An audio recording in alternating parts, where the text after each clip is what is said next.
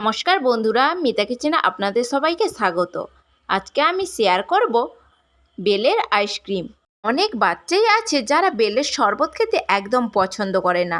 আমার ছোট্ট বাবুটাও একই, বেলের শরবত খেতে একদম পছন্দ করে না।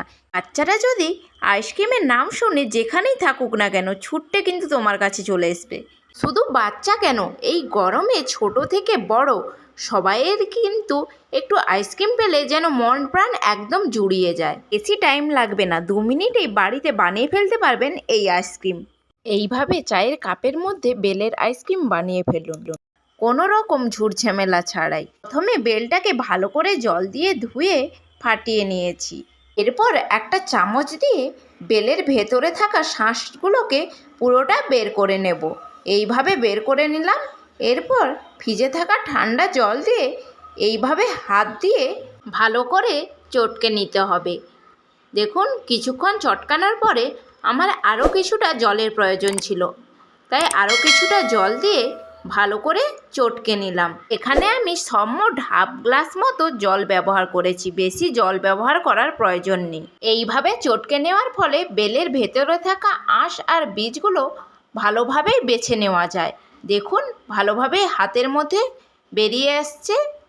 এরপর একটা পাত্র নিয়েছি, তার মধ্যে একটা ছাঁকনি নিয়ে বেলটাকে ভালো করে ছেঁকে নেব, যাতে এর মধ্যে থাকা আঁশ আর বীজগুলো খুব সহজে বেছে ফেলে দেওয়া যায়।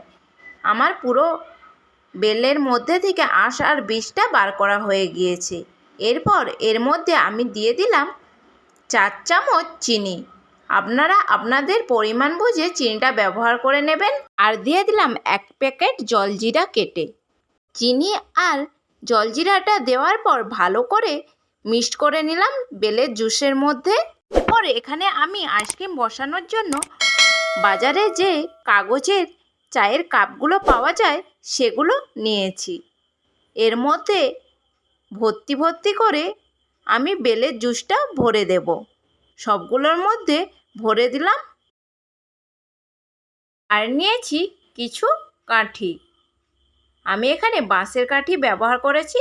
আমার কাছে আইসক্রিমের যে কাঠিগুলো পাওয়া যায় সেগুলো ছিল না, তাই আমি এখানে বাঁশের কাঠি দিয়েই আইসক্রিমগুলো বসিয়ে নিলাম। কাঠি দেওয়ার পর পুরো থালাটা নিয়ে আমি ডিপ ফ্রিজের মধ্যে 3 ঘন্টা আইসক্রিম বসানোর জন্য রেখে দিলাম। 3 ঘন্টা পরে দেখো কত সুন্দর আমার আইসক্রিমগুলো বসে গিয়েছে।